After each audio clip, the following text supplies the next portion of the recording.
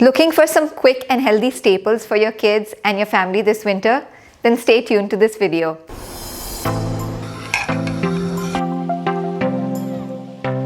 Hi everyone, my name is Jharna and my channel Jharnalist is all about making life easy, healthy and happy for both parents and kids. So do hit the subscribe button and the bell icon to stay with me. Winter chills are still lingering in the air in most parts of India, and the third wave has also set in. This is definitely the time we should all be trying to boost our immunity through the food we eat. Those of you who follow me on Instagram would know that I'm big on seasonal produce, and winter is a great time to introduce millets into your diet. So in this video, I'll be sharing with you two very simple recipes for jawar, or sorghum as it's known in English. These jawar staples can be paired with any dal or sabzi or basic accompaniments as well, and they will not only taste awesome but are also extremely nutritious. Both these jawar staples are very commonly consumed in Sindhi households, and I've learned both of them from my mom. In fact, the first recipe in this video is something that I filmed with my mom back in October. So let's take a look. So we're going to start off with the recipe for jawari dodas. They are basically jawari flatbreads. And it's a common Sindhi breakfast item. In Sindhi it's called Jowar Dodo, and one of my mom's specialties.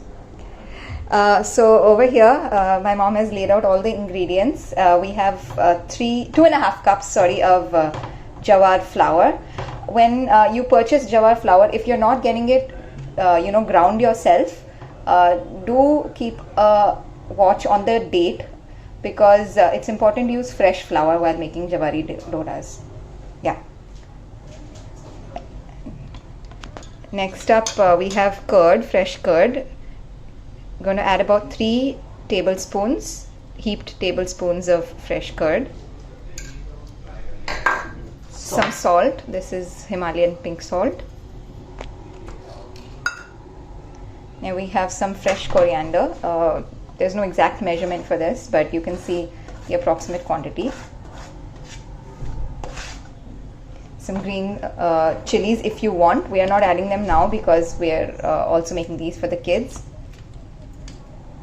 Mix all these before you add any liquid or any water.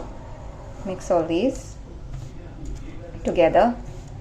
You can also add a fresh green garlic along with the leaves if they're available to you. They're not easily available in Bangalore, but you do get them in Bombay sometimes. Okay, so next we're going to add onions to this mixture. These are about 2 medium-sized onions, but you can add according to your preference, more or less. So jawari, as you know, it is a millet, and the dough that is being needed is gluten-free, so it will be difficult to roll out. We'll just show you after the dough is ready how to do that.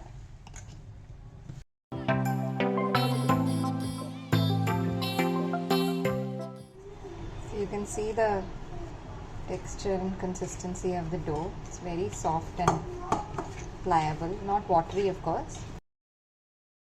Now my mom is finished kneading the dough and she's ready to make the dodas. And as you can see, she's only bringing together the dough for a single doda at a time.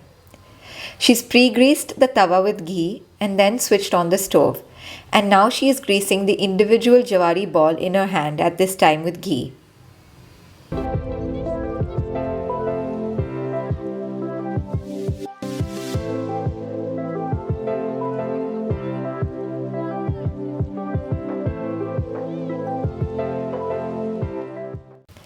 Now comes the tricky and crucial part. She's now slowly flattening it out with her hand. If you attempt to roll this out with the traditional chakla belan, there are high chances of it breaking or sticking to the board due to the absence of gluten in it to bind it together. There is of course a learning curve to making jawari dodas this way, and you will get better at it with practice. But in case you do want to try using a rolling pin, I'd recommend you roll it over a parchment paper or a butter paper or a banana leaf so that it doesn't stick and you can transfer it to the tawa easily.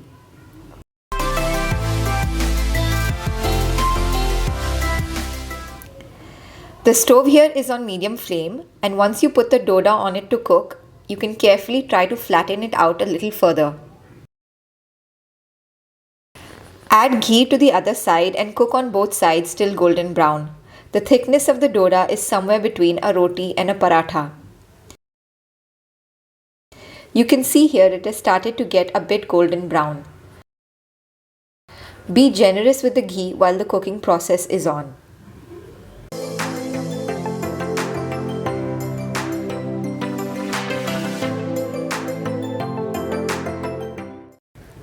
Since we will be having this doda for breakfast, we'll just be pairing it with some curd and pickle.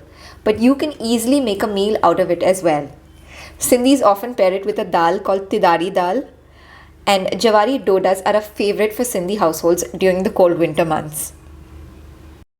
These dodas make a great substitute for regular rotis or whole wheat parathas, and they are loved by the little ones as well. Jawar is truly a wonder food. It's a natural immunity booster.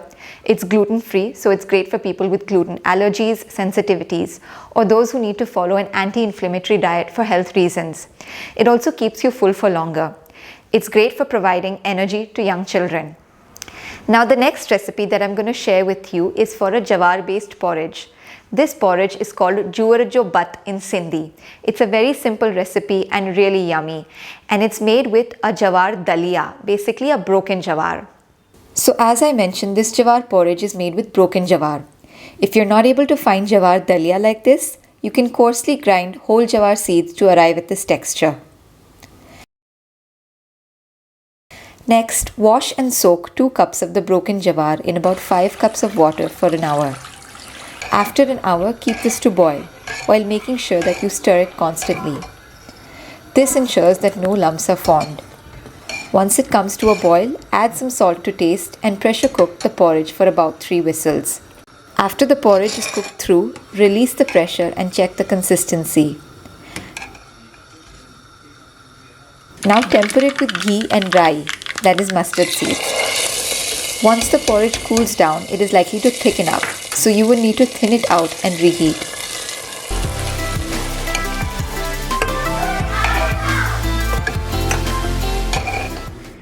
You can serve this with a dollop of butter, some curd or both, and even pair it with your favorite sabzi if you like. But do make sure to enjoy this Jowar Buth while it is piping hot. My little boys love this jawar porridge, and I always try to keep some handy so I can whip up a quick snack or meal for them, especially in the winter months.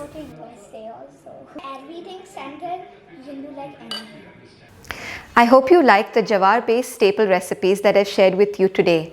Do try them out and let me know if you and your children like them. Also, let me know in the comments if you'd like me to share more millet-based recipes that you could try out for your family's diet. Don't forget to hit the like button. Stay safe, take care, and see you next time.